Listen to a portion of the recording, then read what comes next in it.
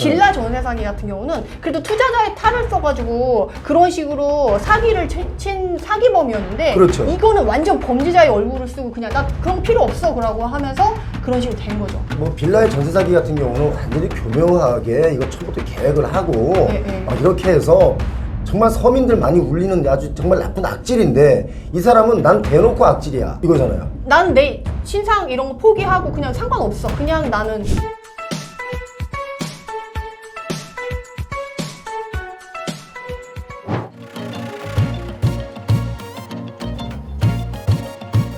그동안 전세 사기 그러면 빌라나 다세대에서만 하는데 아파트에서도 전세 사기가 나왔습니다. 오늘 메디테라님 모시고 이 얘기 나눠보겠습니다. 어서 오십시오. 반갑습니다. 제가 대한민국에서 나름대로 임장을 좀 많이 다닌다는 편에 드는데 저의 한 10배를 다니신 분이 바로 이 메디테라님이십니다.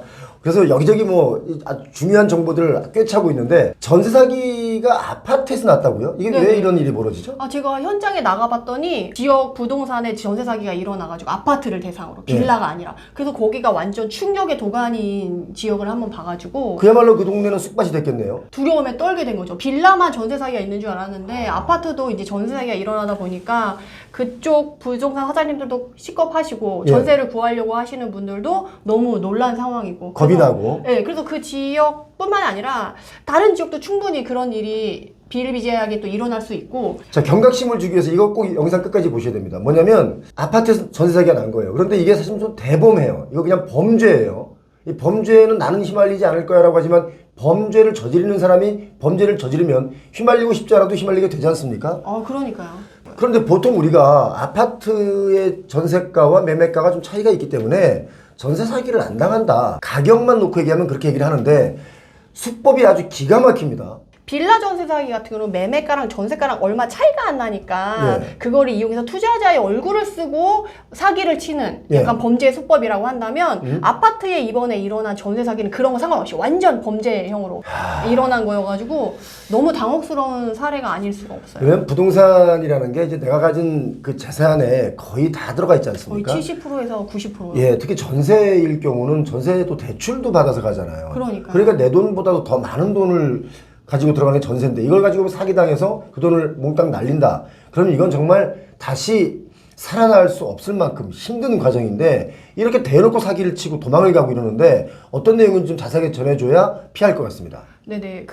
너무 어이없는 상황이었던 것 같아요. 잔금일날, 그러니까 전세 만기에 된 세입자가 있고, 새로 들어온 세입자가 있어가지고, 전세 만기 일에 다 같이 모인 거죠. 전세 만기일에 이제 돈을 빼줘야 나가는 거고. 그쵸. 또 들어오는 사람이 돈을 줘야 그 돈 갖고 주는 거니까. 그쵸. 모이게 되죠. 네, 그래서 부동산 중개인, 집주인, 기존의 임차인, 새로 들어올 임차인, 4명이 한 부동산에 모인 거죠. 그렇죠. 그래서 예전에는 전세 사기가 어떻게 일어나냐면, 은행에서 미리 돈을 보내주니까 그 돈을 들고 튀는 사례가 있어서, 이제는 그렇게 안 해요. 다 모였다라고 전화를 주면 그제서야 은행이 보내주거든요. 그런 상태에서 이제 보내주니까 중간에 모이기 전에 돈을 들고 튀는 사례가 이제 없었는데 이제 다 같이 모였어요.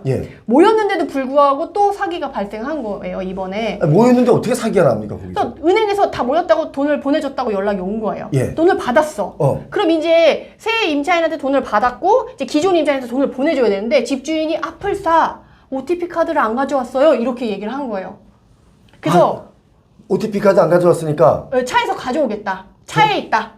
얘기를 한 거예요. 그래서 다들 믿었죠. 그렇죠. 왜냐하면 집주인이니까 인적사항 다 나와 있거든. 이름, 주소, 핸드폰 번호 다 나와 있으니까. 잠깐만, 그 전에 집주인은 확실하게 맞는 거예요? 집주인 맞아요. 그러니까 기존의 임차인도 들어와서 살았고 만기가 됐으니까. 아니, 집주인이 정확하게 내가 맞는데 어떻게 이게 사기가 되지? 그러니까 인적사항이 다 나와 있는데 OTP 카드를 가지러 간다고 가서는 30분이 지나고 1시간이 지나도 안 오는 거예요. 전화를 했는데 받지도 않고.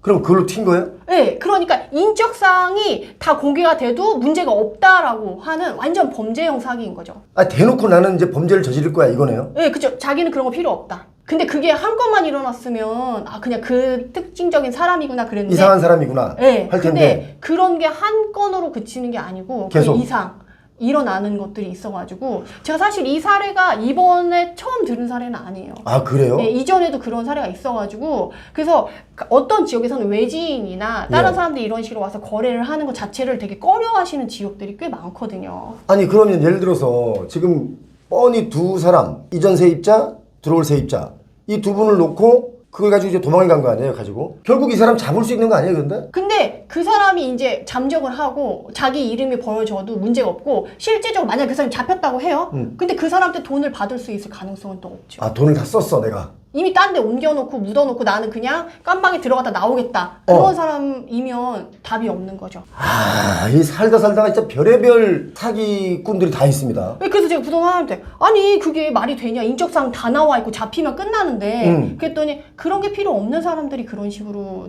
일을 저지른다. 그러니까 세상을 막 사는구나, 그러니까. 그냥 아니요, 범죄자인 거죠. 그럼 그런 분들은 뭐 부모 자식도 없는 분들이에요? 아, 그건 저도 잘 모르겠는데 빌라 전세 사기 같은 경우는 그래도 투자자의 탈을 써가지고 그런 식으로 사기를 친 사기범이었는데 그렇죠. 이거는 완전 범죄자의 얼굴을 쓰고 그냥 나 그런 거 필요 없어 그러고 하면서 그런 식으로 된 거죠. 표용의 네프콘 프리미엄 콘텐츠 10월 달에 구독 서비스 이거 한 달 무료입니다. 일단 알짜 정보 여러분 챙겨보시고 계속해서 시청해주시면 고맙겠습니다. 뭐 빌라의 전세 사기 같은 경우는 완전히 교묘하게 이거 처음부터 계획을 하고 막 이렇게 해서 정말 서민들 많이 울리는 아주 정말 나쁜 악질인데 이 사람은 난 대놓고 악질이야 이거잖아요. 나는 내 신상 이런 거 포기하고 그냥 상관없어. 그냥 나는 몸으로 때울게 하고 이제 저지르는. 자, 그러면 이 방송을 보시는 표용TV를 보시는 분들이 뭐 그런 놈이 다 있어. 이상한 놈이 다 있네. 어쩌다 일어나는 일이겠지. 이렇게 생각할 수 있잖아요. 그런데 이게 여러 건 이런 일이 있다는 거예요. 네네. 그리고 앞으로도 이런 일이 벌어질 수 있다는 건데 중요한 건 뭐냐. 그렇다면 이걸 어떻게 사기를 안 당할 수 있는지 지금 어떤 대안들이 있나요? 그러면 사실 이렇게 되면 그 어느 누구도 믿을 수가 없는 거죠. 그렇지. 뭐 현장에 있어도 이 사람 못 믿는 거지. 그러니까 부동산 사장님도 못 믿고 누구도 못 믿고 다 못 믿으니까 이제 잔금을 치르는 그 시기에 사람이 딱 모였다. 모였어. 그럼 이게 끝날 때까지 한 발자국도 못 나가는 거죠. 밖에 못 나가? 예. 잡아도 문 걸어? 네, 문 걸어놓고 그리고 OTP 카드 다 준비됐냐 이런 게 다 확인된 상태에서만 이제 돈을 은행에서 받아가지고 그렇게 해야 되죠. 이제는 더 촘촘하게 해야 되는 거죠. 그러니까 OTP 카드 다 준비되고 세팅이 완벽하게 된 다음에 돈 입금되고 주고. 거기서 다 끝내야지만 이제 문을 열어야 되는 그런 상황이 근데 돼요. 만약에 문을 안 열었어. 뭐 OTP 카드 뭐 안 갖고 왔대. 이러면 돈을 안 보내면 되는 거 아니에요? 네, 은행에서 못 보내게 하고. 처음부터. 그러니까 네. 중개사가 이걸 다 확인한 다음에 돈 보내세요 해야 되겠네요. 그러니까 근데 이게 공인중개사법에 의하면 지금 공제증서가 있거든요. 예. 거래를 하면 예. 거기가 보험에 의해서 2억까지는 보험에서 나와요. 이런 식으로 사기 사건이 발생하면. 네. 근데 2억을 넘어가게 되면 보험을 못 받는 거예요. 아니 그게 아니라 뭐 아파트의 전세가는 2억이 넘는 경우가 대다수죠. 사실. 그러니까. 뭐 지방에 저기 어디는 모르겠지만 사람들이 많이 모여 있는 도시들 같은 경우는 전세가 2억이면 아파트가 없어요. 네, 맞아요. 그리고 이번에 부동산 중개사법도 바뀌었잖아요, 7월에. 예. 그래서 제가 사실 현장에 다니면서 그걸 적용하는지 안 적용하는지를 봤었거든요. 예, 어때요? 아, 근데 생각보다 반반인 것 같아요. 적용을 안 해요? 우리가 공인중개사법이 바뀌어가지고 그 관리사무소 비용도 넣고 임차인에 대한 그 정보 이런 4번 사항이 생겼어요. 그 예. 계약서 내에서. 네. 지난번에 저희가 표용원 TV에서 촬영을 했었는데 네. 그 4번 항목이 늘어나서 그거에 대해서 좀 자세하게 설명을 해줘야 되는데 이제 은근슬쩍 그냥 이렇게 넘어가시는. 보통 그런 경우 있어요. 이거 아시죠? 얼굴 보셨죠? 아셨죠? 아시죠? 거기 다 됐죠? 이렇게 그러니까 이게 넘어가는 거예요. 바뀌었으면 이번에 이게 바뀌었다. 어. 이게 이렇게 중요하다라는 걸 한번 짚어줘야 되거든요. 네. 그래서 이게 바뀌었기 때문에 이걸 좀 신경 쓰셔야 된다. 그러면서 이렇게 체크를 해줘야 되는데 그냥 기존에 하던 형식으로 그냥 쭉 얘기를 하면 뭐냐면 그 계약서만 해도 여러 장이거든요. 그 모든 사람들이 거기에 나온 모든 글씨를 다 읽어보고 막 그 판단하고 하는 게 아니기 그렇죠. 때문에. 뭐 보험 약관도 그렇고 무슨 저 뭐 매매 약관도 그렇고 뭐 정말 촘촘하게 있는. 네, 그거 글씨도 어떻게- 요만하잖아요. 어떻게 이거 다 읽어요? 그거 다 그러니까. 읽으려면 거의 뭐 사법고시인데. 그래서 그거를 중개사가 이제 잘 이렇게 짚어서 설명을 해줘야 되는데 제가 이제 다녀본 결과 잘하시는 분들 잘하세요. 정말 본인이 되게 책임감을 갖고 하시는 분들은 하시는데 좀 나이가 있으시거나 그런 거를 크게 이제 관여치 않으시는 분들은 이제 그냥 은근슬쩍 이렇게 그냥 넘어가시는 분들도 좀 있으시더라고요. 그러니까 뭐 이제 아는 게 아는 거라고. 내가 뭐 다 아는 분이야 걱정하지 말아요. 뭐 이렇게 대충 하는 분들이 있어요, 사실은. 네네. 왜냐면 이제 그분들은 너무 오랫동안 봐왔다 이거죠. 근데 이번에 많이 바뀌었거든요. 공인중개사법이 여러 번 많이 바뀌면서 그게 강화가 됐는데 사실 그게 현장에는 아직 미치지 못하는 부분들이 있어서 좀 안타까웠고 그래서 결국엔 뭐냐 그러면 결국엔 내 건 내가 챙겨야 돼. 임차인이든 내가 뭐 집주인이든 부동산이 상관없이 내가 무조건 다 해. OTP 카드도 갖고 왔냐고 내가 물어봐야 되고 절대 그러니까, 움직이지 못하게. 그러니까 지금 매수인이 아니고 임차인, 신규 임차인의 경우는 지금 이 영상을 꼭 보셔야 돼요. 우리는 전세 뭐 월세 이렇게 옮겨가면서 사실 나는 뭐 이런 일을 안 당할 거야라고 하는 분들이 대다수가 이런 분들이 다 당하거든요. 그러니까 처음부터 당할 수 있어라고 의심하는 분들은 이런 일에 당할 수 있는 확률이 굉장히 적어요. 줄어들죠. 예, 그러다 보니까 이 영상은 보시고 피해자가 더 양산되면 안 되지 않습니까? 그쵸. 사실 부동산 가격이 너무 올라서 내 집을 못 갖는 거, 너무 올랐기 때문에 못 갖는 거. 예전에 뭐 한 2017년, 18년만 되더라도 내가 가질 수 있다라고 생각이 들어서 가질 수 있던 그 시절과는 반대로 갖고 싶다, 가지려고 애를 쓴다라고 해도 너무 높아서 못 가져서 속상하신 분들, 이게 다 정말 이런 일들이 벌어지기 때문에 부동산이 이게 또 선량한 부동산 중개소도 욕을 먹게 되고. 그러니까 너무 화가 나더라고요. 사실 이런 전세 사기 수법을 보고 나서. 야, 진짜 황당한, 살다 처음 보는 사기입니다. 그러니까 이제 공인중개사분만 믿고 있기에는 네. 내 돈을 지키기가 너무 어려운 상황이 된 거죠. 뭔가 좀 자세하게 더 말씀드리면 OTP 카드 가져왔어요? 라고 물어보고 가져왔어요 하고 믿는 게 아니라 꺼내놓으세요. 그쵸. 뭐 이렇게까지 가야 되는 거네. 그러니까 다 앞에 이제 계약서랑 다 세팅을 해서 돈이랑 다 그 자리에서 딱 할 수 있게끔 믿지 못하고 이제 다 의심의 눈초리로 봐야 되는 상황이 돼버린 거죠. 이야, 진짜 대한민국 부동산이 이래서 정말 이 부동산이라는 재화의 가격이 굉장히 높지 않습니까? 우리가 사용하는 뭐 어떤 그 재화보다도 가장 높은 게 부동산 가격인데, 그러다 보니까 부동산으로 뭔가 사기 한 번 치면 좀 팔짝 고친다 뭐 이렇게 생각하는 분들이 있어요. 이런 분들이 정말 사회의 악이라고 저는 봐요. 그리고 갑자기 그 앉은 자리에서 당하신 이분들, 너무 황당하죠. 이게 도박판에서 밑장 빼기 뭐 이런 것도 아니고 이게 뭐 하는 짓인지, 이 법이 있으면 이런 걸 좀 강하게 잡아야 되거든요. 갑자기 궁금해진 게 있는데, 도망가면 이분들은 어디로 도망갑니까? 글쎄요, 그건 저도 잘 모르겠고. 그래서 잡히면 그러면 한번 물어봐야 되겠네요. 어디로 도망갔다가 잡혔어요? 이렇게. 도망갈 데가 없잖아요.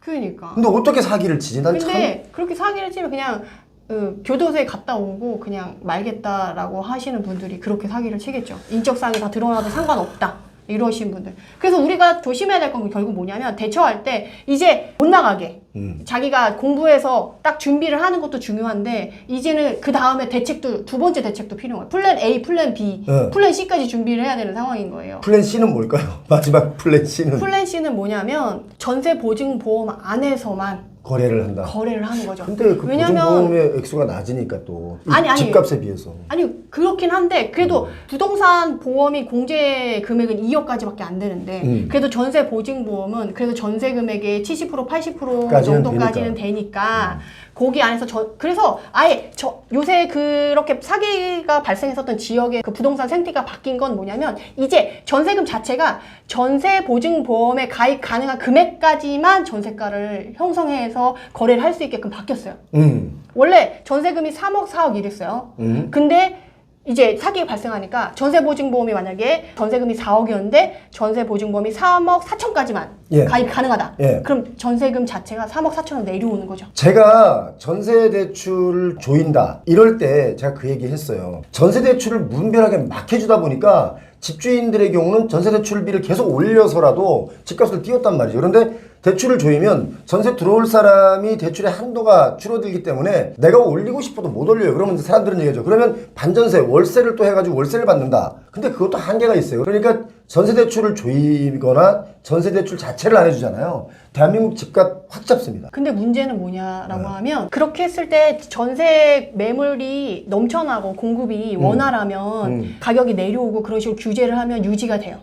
근데 만약에 전세 매물이 한두 개도 없고 전세 대기자가 많다 그러면 어떤 진풍경이 일어나냐면, 그런 거랑 상관없이 들어올 사람들이 이제 줄을 서서 그 사람들만 전세를 가져가게 돼요. 전세 대출이 줄어들면 물론 그 네이트라님 말씀하신 내용도 일리가 있지만, 어차피 집이 지금 전혀 부족해가지고 막 살 데가 없어가지고 막 가만히 깔고 자고 뭐 이불 깔고 자고 막 다리 밑에서 자고 이런 상황이 아니에요. 이게 60년대 70년대 같으면 집이 진짜 없었거든요. 그래서 막 언덕에 막 나무 밑에 집을 짓고 막 이랬잖아요. 근데 지금은 주택 보급률이 높아요. 그렇죠. 그러니까 그 높은데 새로운 신규의 주택은 가격이 더 많이 뛴 거죠. 그러다 보니까 자꾸 부동산에 모든 게 올인되다 보니까 솔직히 지금 쓸 돈도 없고 경기도 안 돌고 식당 가면 다 폐업이고, 멀쩡한 식당, 멀쩡한 미용실이 지금 폐업이거든요. 장사 잘했어요. 손님 많아요. 그런데 왜 문 닫냐 물어봤더니 부동산 월세가 오르니까 도저히 감당이 안 된다는 거야.